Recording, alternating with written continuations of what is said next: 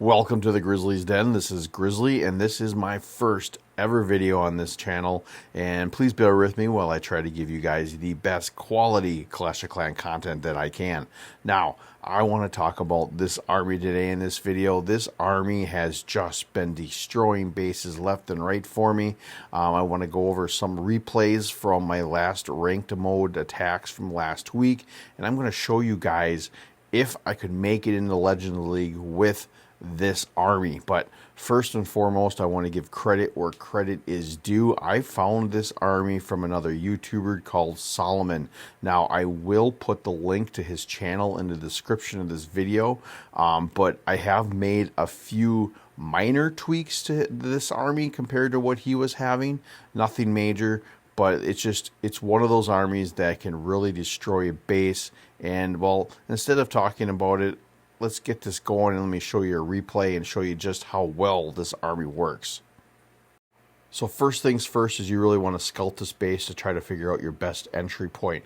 Which way are the fire spitters going? Where's the revenge tower, the monolith, the clan castle? And of course you want to know where that town hall is relative to all of that, because I want to create a funnel. So the first thing I want to do is I would drop that Dragon Duke with the Electro Fangs and the Fireheart, and then I'm going to drop the Archer Queen with an Ice Golem on the other side. Then I'm going to drop my main army right in the center of that, with the whole purpose is I really want to create a good funnel for those throwers to really work its way to the center core of this base. Now, of course, I'm going to drop my throwers, the Electro Titan, my healers, the Grand Warden, and my Barbarian King. And then after that gets a little bit, then I drop my two super wall breakers just to break an initial wall. You drop a totem spell here and there like I just did to try to distract the monolith, the other weapons from your main army. And then I'll hit that ability for the Barbarian King with their Earthquake Boots and the Spiky Ball. And after that, that's when I drop my Troop Launcher in the back out of the vicinity of range of any other weapons.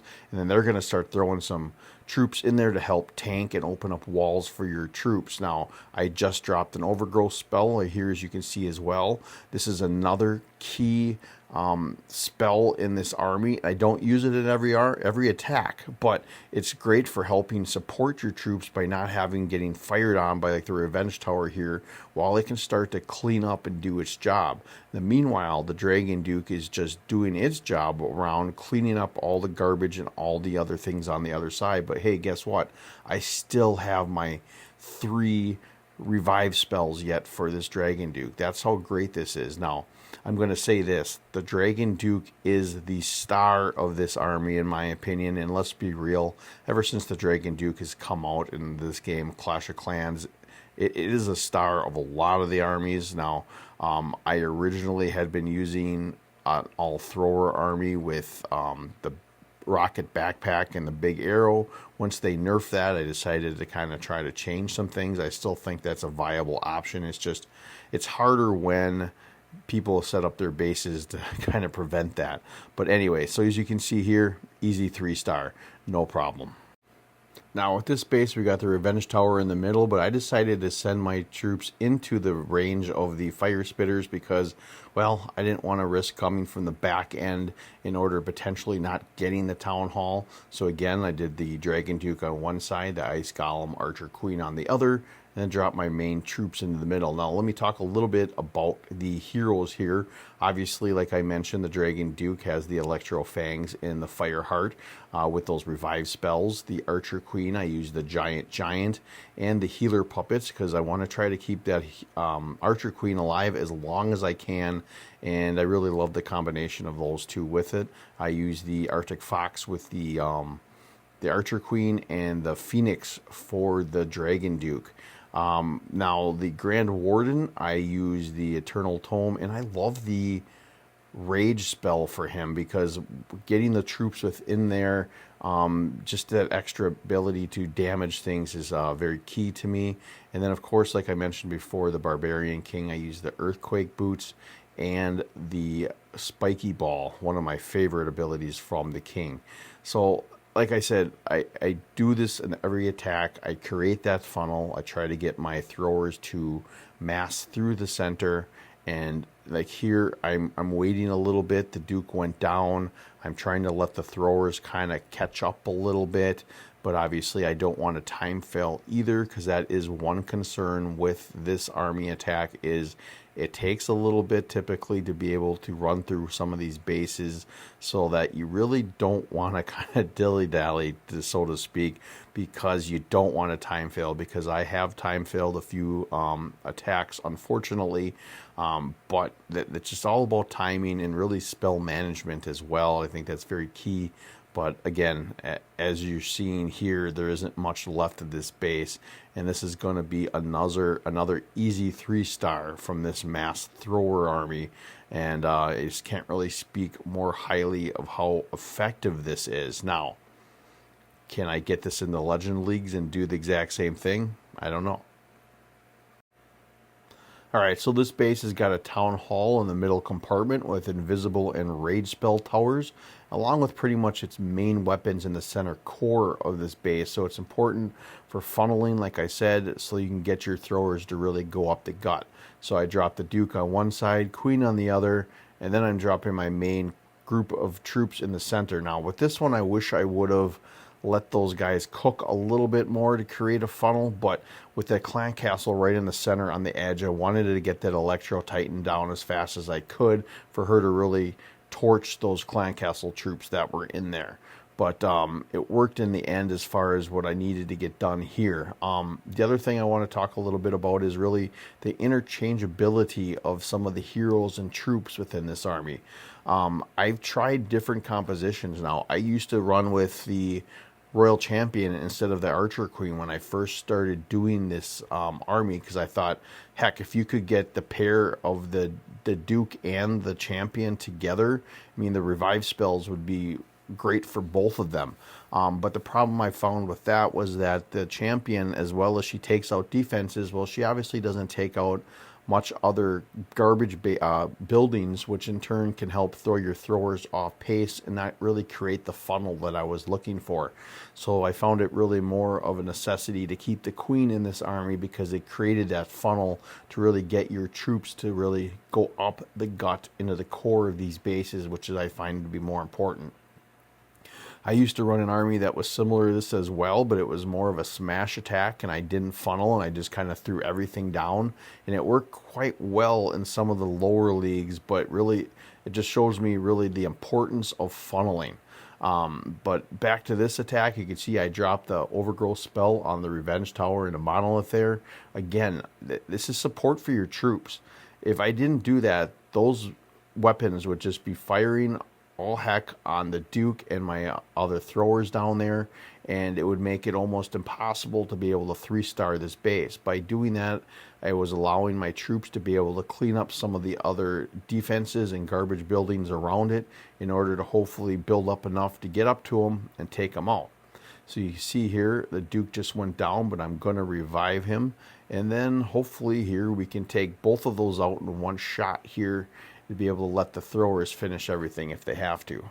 So that's the great thing about this army, like I said, is the Duke and those revive spells. It is just so powerful, and it really allows the Duke and the throwers to really work together in a team, and I think it's a really great army to be able to try. You can see here the Duke just got taken down, and I have no more revive spells, so it's really up to the throwers.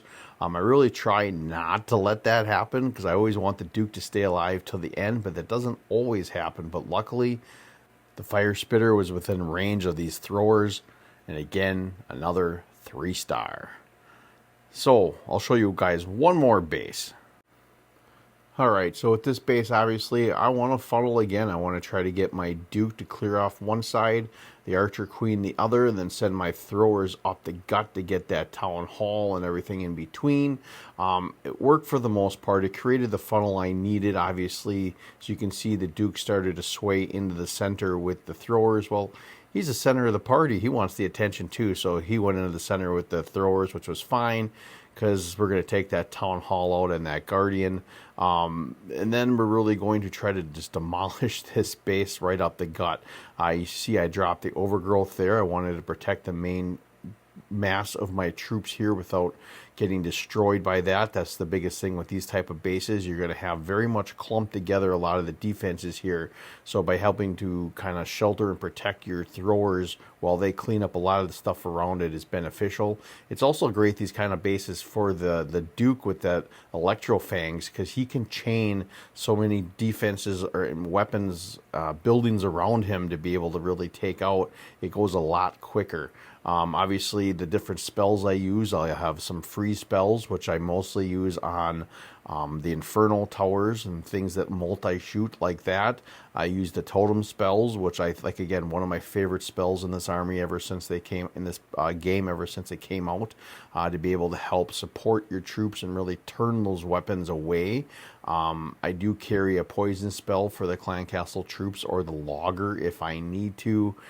And then, of course, the revive spells that I use, which are key to this army. Now, as you can see, everything's coming together. You have your throwers and your Dragon Duke merged together, really just taking everything out. Like I said, this army just works. It really does. Time will tell if it really works in some of the higher leagues. But am I going to 3-star this base? It sure looks like it. That's why I also like to keep a couple Super Barbarians and Archers, and mostly for garbage buildings. Like sometimes you'll see your troops will, take out a big area, but they'll leave a few little garbage buildings behind. And like I mentioned before, time is of essence with this army, so that I like to drop those in that back end to be able to take some of those buildings out to really save the time, so someone doesn't have to try to get across the base to get them if need be. And again, easy 3-star here. Well, this is the mass thrower army I've been using and been widely successful with. Now, let's get down to the nitty-gritty here. Did I make it to Legends League with this army? Yes, I did. I placed 4th place in my Electro 33 League, which advanced me and promoted me to Legends 3. So now I'm officially in the Legends League with this army, and I'm excited to try it out. Out of 18 attacks, I 3-starred 14 of them.